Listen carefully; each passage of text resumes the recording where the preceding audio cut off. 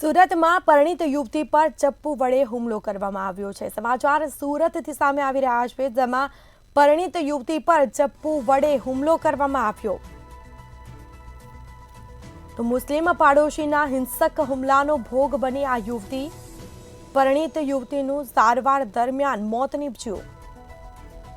તો સુરતની સિવિલમાં સારવાર હેઠળ હતી યુવતી। તેને સારવાર આપવામાં આવી, પરંતુ સારવાર બાદ તે મોતને ભેટી। મહારાષ્ટ્રના લોનખેડામાં આ સમગ્ર બનાવ બન્યો છે।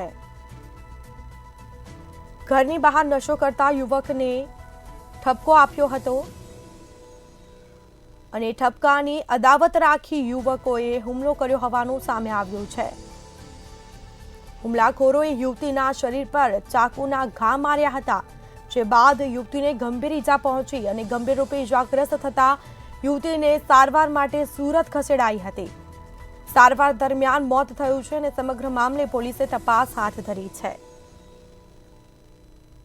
સમગ્ર મામલે પોલીસે તપાસનો ધમધમાટ શરૂ કર્યો છે। સુરતમાં પરિણીત યુવતી પર ચપ્પુ વડે હુમલો કરવામાં આવ્યો। મુસ્લિમ પાડોશીના હિંસક હુમલાનો યુવતી ભોગ બની।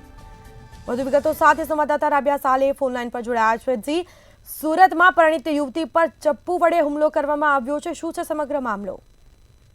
સ્મિતા, જે મહારાષ્ટ્ર છે, મહારાષ્ટ્રના લોનખેડાનો બનાવ જે સામે આવી રહ્યો છે, એની અંદર યુવતી પર જે હુમલો કરાયો હતો, સમગ્ર મામલો સુરત ખાતે આવી પહોંચ્યો છે। વાત છે 29 ડિસેમ્બરની। 29 ડિસેમ્બરના રોજ યુવતી પર હુમલો કરવામાં આવ્યો હતો। પરિણીત જે યુવતી હતી એની ઉપર મુસ્લિમ પાડોશી જે યુવક છે તેના દ્વારા હુમલો કરવામાં આવ્યો હતો। યુવતી જે છે ભોગ બની ગઈ હતી। ભોગ બનેલી જે પરિણીત યુવતી છે એ સારવાર દરમિયાન મોતને ભેટી હોવાનું ક્યાંક પોલીસ તપાસની અંદર જાણવા મળી રહ્યું છે। સુરતની નવી સિવિલ હોસ્પિટલ ખાતે આ યુવતીને સારવાર માટે લાવવામાં આવી હતી। ખાસ કરીને જે મહારાષ્ટ્રના લોનખેડા છે, ત્યાંના જે શાહદા મલોનો જે ગામ છે, આ ગામની અંદર આ ઘટના બની હતી। ત્યારે આ યુવતી જે છે ઠપકો આપ્યો હતો અને ઠપકો આપવાની બાબતે યુવતીએ મોતને ભેટી છે। સુરત માટે તેને સારવાર ખાતે ખસેડવામાં આવતી હતી। ખાસ કરીને દીપાલી જે યુવતીનું નામ જાણવા મળી રહ્યું છે, એના પાડોશમાં એક મુસ્લિમ યુવક રહેતો હતો।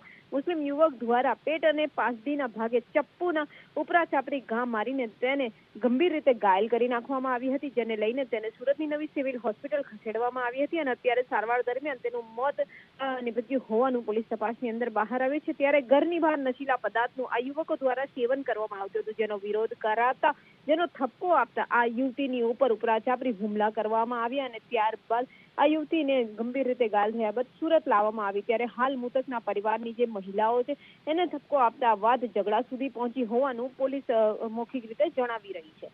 જી સ્મિતા। જી બિલકુલથી તમામ જાણકારી આપવા બદલ આપનો આભાર। તો હુમલાખોરોએ યુવતીના શરીર પર ચાકુના ઘા માર્યા અને જે બાદ યુવતીને ગંભીર ઈજાઓ પહોંચી। ગંભીર રૂપે ઈજાગ્રસ્ત થતી યુવતીને સુરત ખસેડાઈ હતી।